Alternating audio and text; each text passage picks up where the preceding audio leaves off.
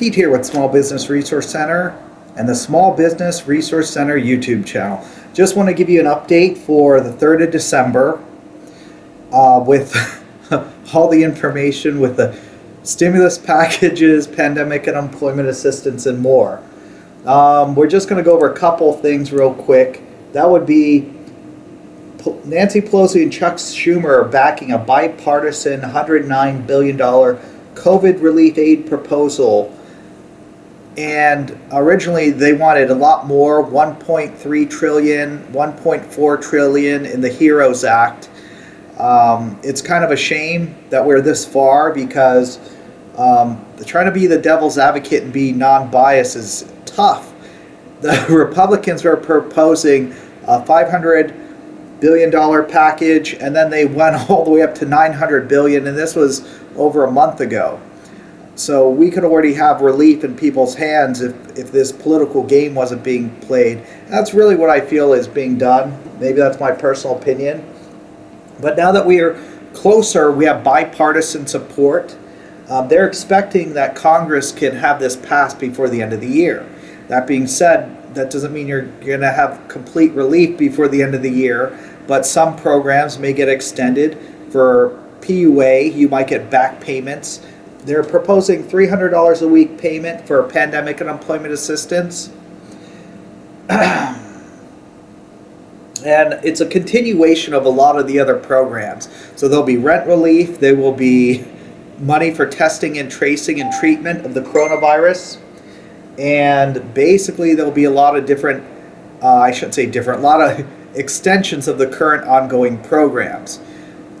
So $900 billion, that's basically where they were months ago with the Republican negotiations, and now it has bipartisan support. So I'm almost thinking that this is going to pass. I don't know how long it's going to take, but keep in mind that we have the December 11th deadline for the federal budget and for everybody to go on vacation. So I'm anticipating the fact that this is gonna happen. I don't know. I can't promise you anything, but that's as far as that is. And I'll try to keep you updated. As far as a Paycheck Protection Program, there's actually a website now with the Department of Treasury and the SBA where, for some reason, if you're curious, you can actually look up any state and look up all the loans above $150,000 and more in 56 states, territories, and the District of Columbia. Because, of course, we have 50 states, then we have territories, and D.C. is not considered a state, even though that's our capital. We could save that topic for another time.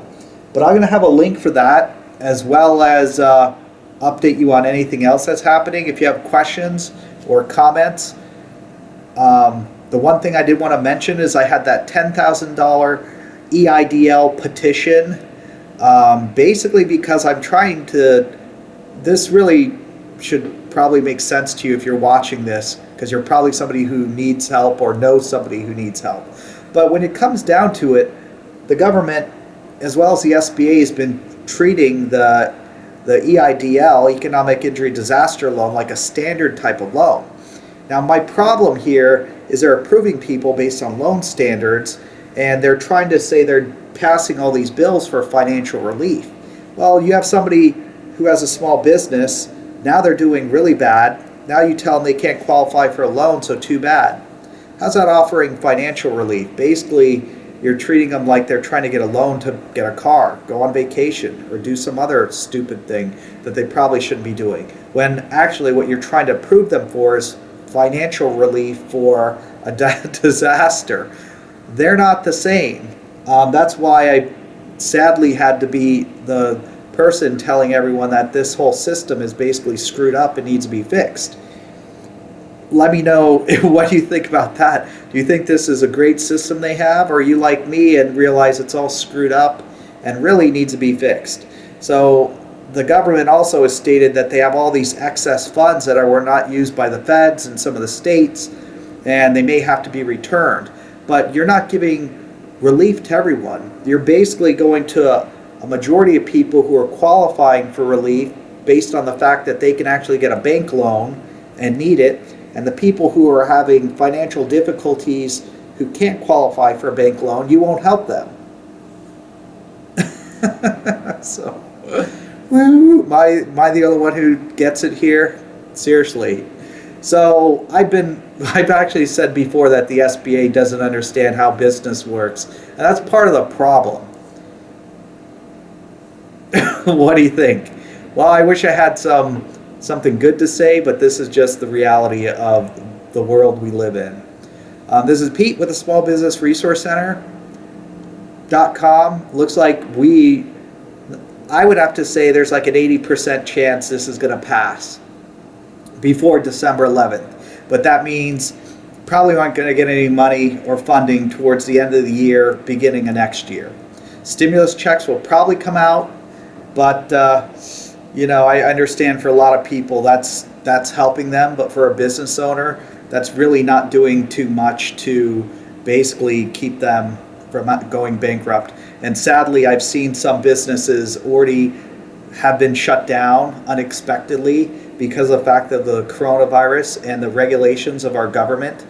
And maybe it's more local or Pennsylvania government, but a small restaurant can't survive 6 or 8 months without being open. And then when you limit the way their activities are, they just can't even afford to be open. And sadly, a restaurant that's been open for 7 years, 8 years now has to close because they can't get the relief that they needed. Terrible.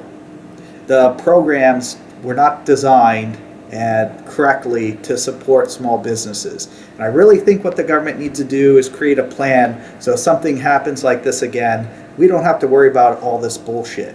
And really it is bullshit. They should have a plan set up and say, okay, when this happens, we automatically are going to do this. There's not a negotiation for months.